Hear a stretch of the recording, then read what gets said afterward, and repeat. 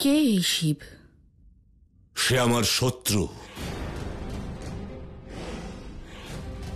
আর তার বিরুদ্ধে প্রতিশোধ নেওয়া আমার জীবনের লক্ষ্য।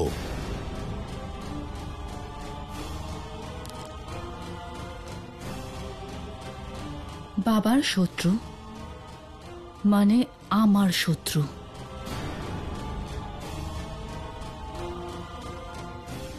কিন্তু তার অপরাধ?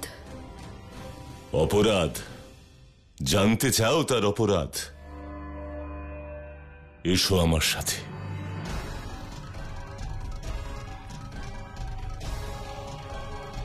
স্বামী, আপনি আপনার কন্যাকে শিবের বিরুদ্ধে অগ্রসর করতে পারেন না।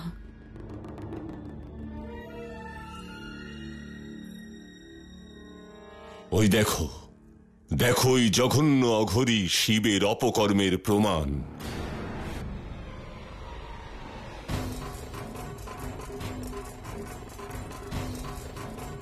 এই ছিন্ন মস্তক কার?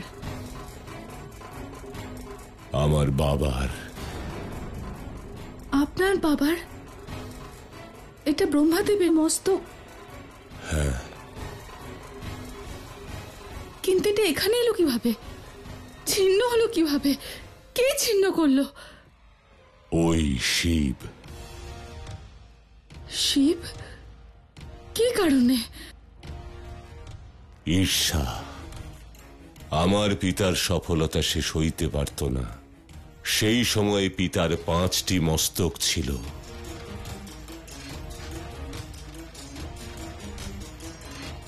এত বড় অপমান করেছিল সে পিতাকে, এত বড় অপমান। আমি তার বিরুদ্ধে কোনো প্রতিশোধ নেবার আগেই কোথাও একটা লুকিয়ে পড়ল সেই কাপালিক। এবার আপনার কন্যা এর প্রতিশোধ নেবে। ও যেখানে লুকিয়ে থাক, খুঁজে তাকে শাস্তি দেব।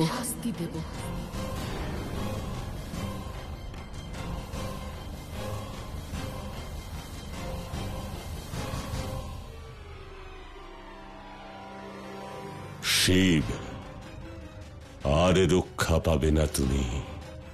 তোমার শক্তি, আদি শক্তিকে তোমার বিরুদ্ধে করে দিয়েছি আমি, তোমার বিরুদ্ধে।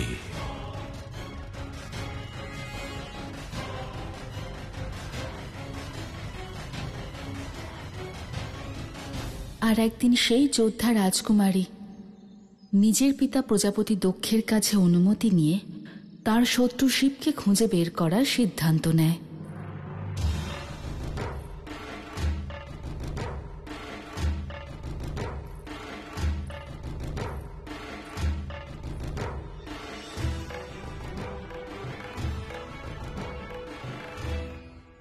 আজ আমাদের সতী শিকারে যাচ্ছে, তাও একা।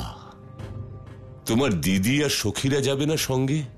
না বাবা, আজ আমি বিশেষ শিকার করার জন্য একা যাচ্ছি। আমাকে আশীর্বাদ করুন, যে সংকল্প নিয়ে আমি যাচ্ছি তাতে যেন আমি সফল হই। মঙ্গল হোক, নারায়ণ কৃপা করুন। তুমি তোমার লক্ষ্য পূরণ করো, এটাই আমার আশীর্বাদ। অনুমতি দিন।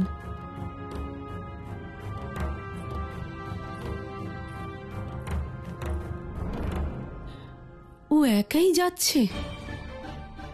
আপনি একবারও ওকে জিজ্ঞেস করলেন না যে ও কোথায় যাচ্ছে, কেন যাচ্ছে? আমি জানি ও কোথায় যাচ্ছে। কোথায়? ওর বাবার শত্রু ওই শিবের খোঁজে যাচ্ছে।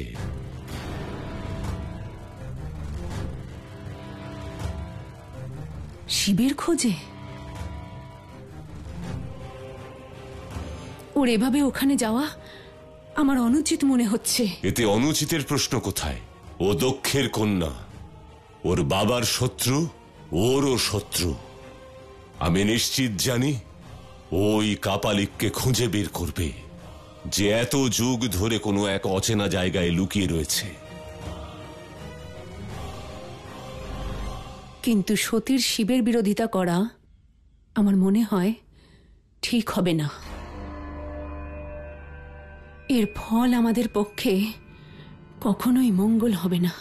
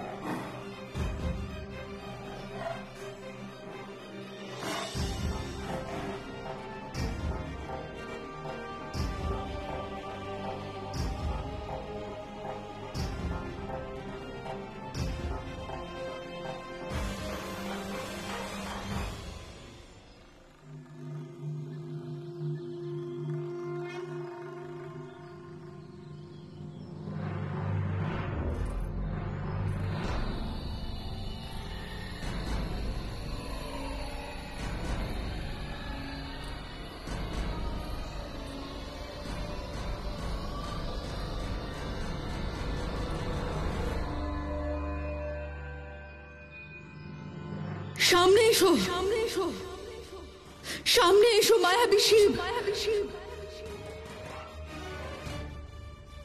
তুমি আমার পিতামহ ব্রহ্মাদেবের মস্তক ছিন্ন করেছো। সামনে এসো, সামনে এসো। তুমি তোমার মায়াবী জালে ছলনা করতে পারবে না। সতীর থেকে তুমি লুকিয়ে থাকতে পারবে না। সামনে এসো, সামনে এসো।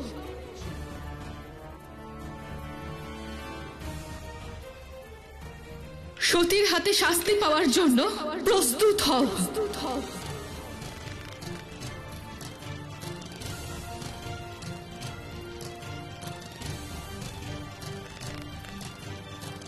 সামনে এসো, সামনে এসো। সাহস থাকলে সামনে এসো, সামনে এসো।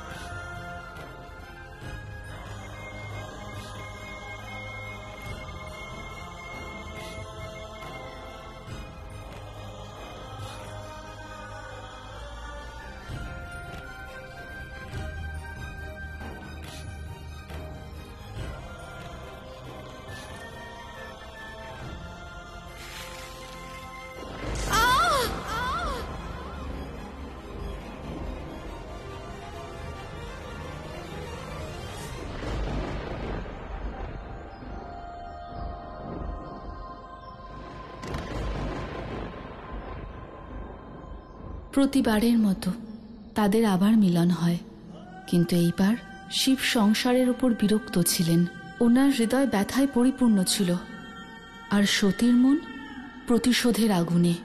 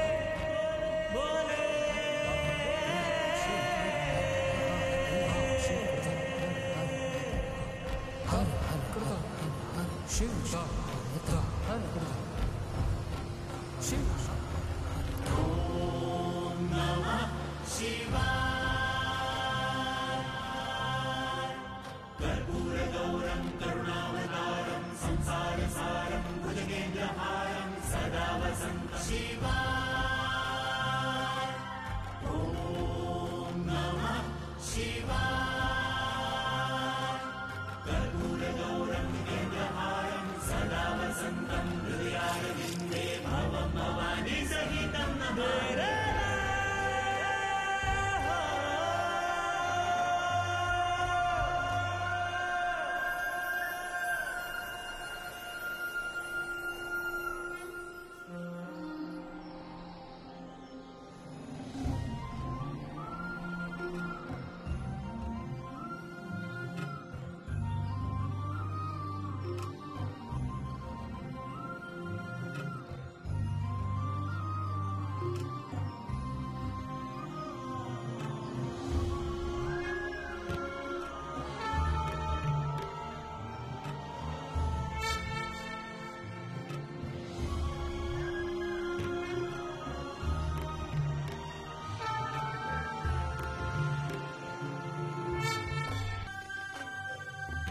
যে শিবকে প্রজাপতি দক্ষ আর সম্পূর্ণ সংসার যুগ যুগান্তর ধরে খুঁজে পায়নি, তাকে সতী খুঁজে বের করলেন।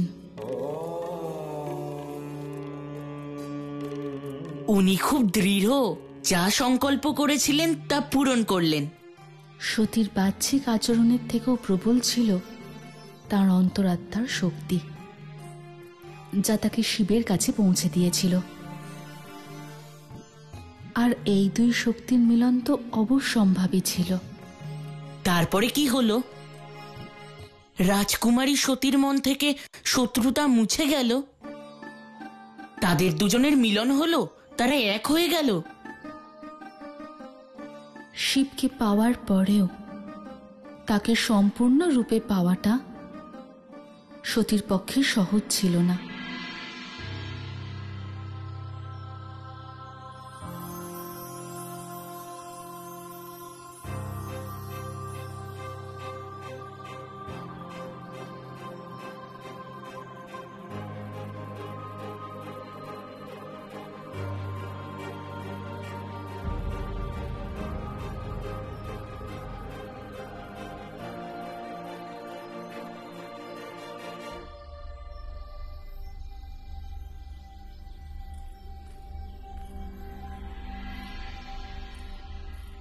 কোথায় লুকোলে? মায়াবী শিব, কোথায় লুকিয়ে পড়লে তুমি? সামনে এসো, আজ আমি তোমার অপরাধের শাস্তি দিয়েই ছাড়বো। মনে রেখো, এটা প্রজাপতি দক্ষের কন্যা সতীর প্রতিজ্ঞা। এবার আর তুমি লুকোতে পারবে না। পাতাল থেকেও খুঁজে বের করবো আমি, পাতাল থেকেও। সামনে এসো। অনেকক্ষণ অপেক্ষা করার পরেও যখন উনি শিবকে খুঁজে পেলেন না, তা সত্ত্বেও উনি নিরাশ হননি। উনি শিবকে খুঁজে বের করার প্রতিজ্ঞা নেন।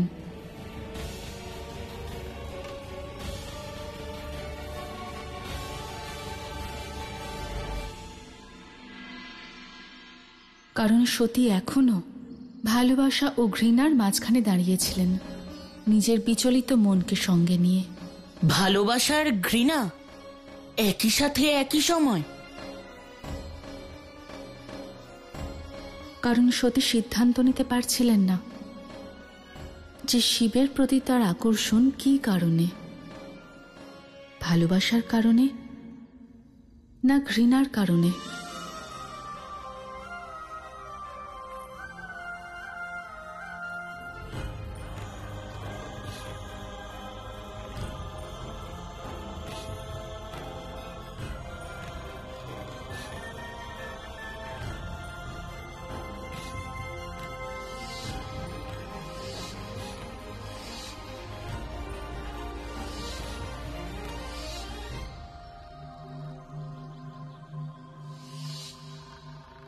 কে এই শিব?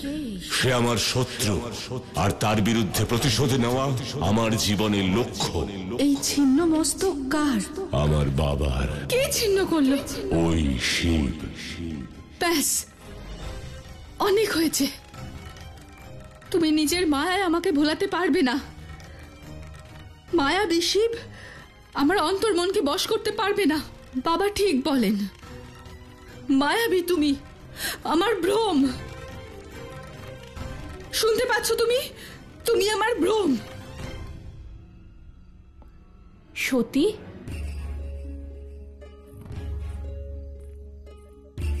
দিদি, কার সঙ্গে কথা বলছিলে?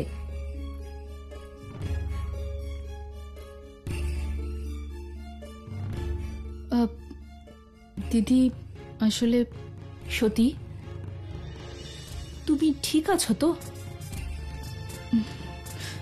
হ্যাঁ,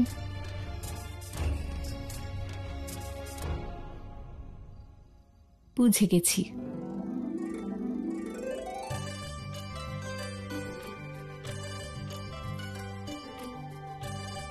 সে কে যে আমার ছোট বোনের হৃদয়ে জায়গা করে নিয়েছে?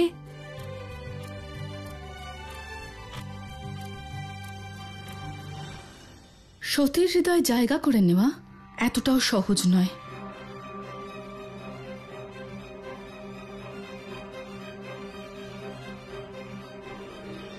কিন্তু তোমার হঠাৎ এরকম মনে হলো কেন যে আমার হৃদয় কেউ জায়গা করে নিয়েছে? আমার প্রিয় বোন, যখন কেউ নিজের সাথে কথা বলে তখন সে এক স্বপ্নের মধ্যে থাকে, আর তার মুখের মাধ্যমেই সেই ভাব প্রকাশ পায়, আর সে অচেতন অবস্থাতেও সুখ অনুভব করতে পারে। আমার এরকম কিচ্ছু হচ্ছে না দিদি। আমার মনের ভেতরে শুধুই প্রতিশোধ রয়েছে। প্রতিশোধ? হ্যাঁ দিদি, আমি প্রতিশোধ নিতে চাই,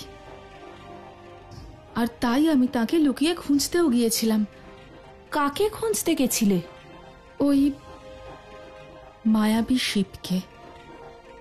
মুখটা দেখিনি, কিন্তু গলায় সাপ আর রুদ্রাক্ষের মালা দেখতে পেয়েছি। গলায় সাপ? আর কি হয়েছে ওখানে? দিদি, সে আমার প্রাণ রক্ষা করেছে, কিন্তু আমি জানি সে কেন এরকম করেছে, যাতে সে আমার উপর প্রভাব বিস্তার করতে পারে। কিন্তু না আমি তার দ্বারা প্রভাবিত হব, আর না ভয় পাব। আর জানো দিদি, আমি জানিও কোথায় লুকিয়ে আছে। কতবার আমি খুঁজতে গিয়েছি, কিন্তু আমি কখনো তাকে দেখতে পাইনি। জানি না কোথায় অদৃশ্য হয়ে যায়। কিন্তু একদিন না একদিন আমি ওকে খুঁজে বের করবই। তুমি কি এই বিষয়ে বাবাকে কিছু বলেছো? না দিদি, একবার ওকে খুঁজে পাই, তারপর ওকে শাস্তি দেওয়ার জন্য নিজে বাবার কাছে নিয়ে যাব। তারপর বাবা আমাকে নিয়ে গর্ব করবেন, আর ওনার প্রতিশোধ পূর্ণ হবে।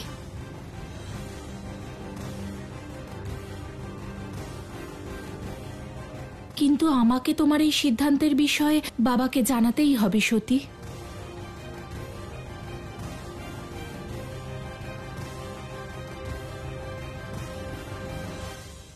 এরকম এক পরিস্থিতি কেন হলো নতুন মিত্র? সেটা এই কারণে, কারণ ভালোবাসা আর ঘৃণার মধ্যে একটা অদ্ভুত মিল আছে। দুটোর মধ্যেই ব্যাকুলতা আছে। ভালোবাসায় আপনজনকে পাওয়ার ব্যাকুলতা থাকে, আর ঘৃণায় শত্রুর ওপর প্রতিশোধ নেওয়ার ব্যাকুলতা। আর সতী ব্যাকুল ছিল নিজের অন্তরের ব্যাকুলতাকে চেনার জন্য। এই সময় অষ্টপ্রহর শিবই তার চোখের সামনে ঘুরে বেড়াতেন। শিব তার স্মৃতি থেকে লোপ পায়নি, কোনো একটা মুহূর্তের জন্যও নয়।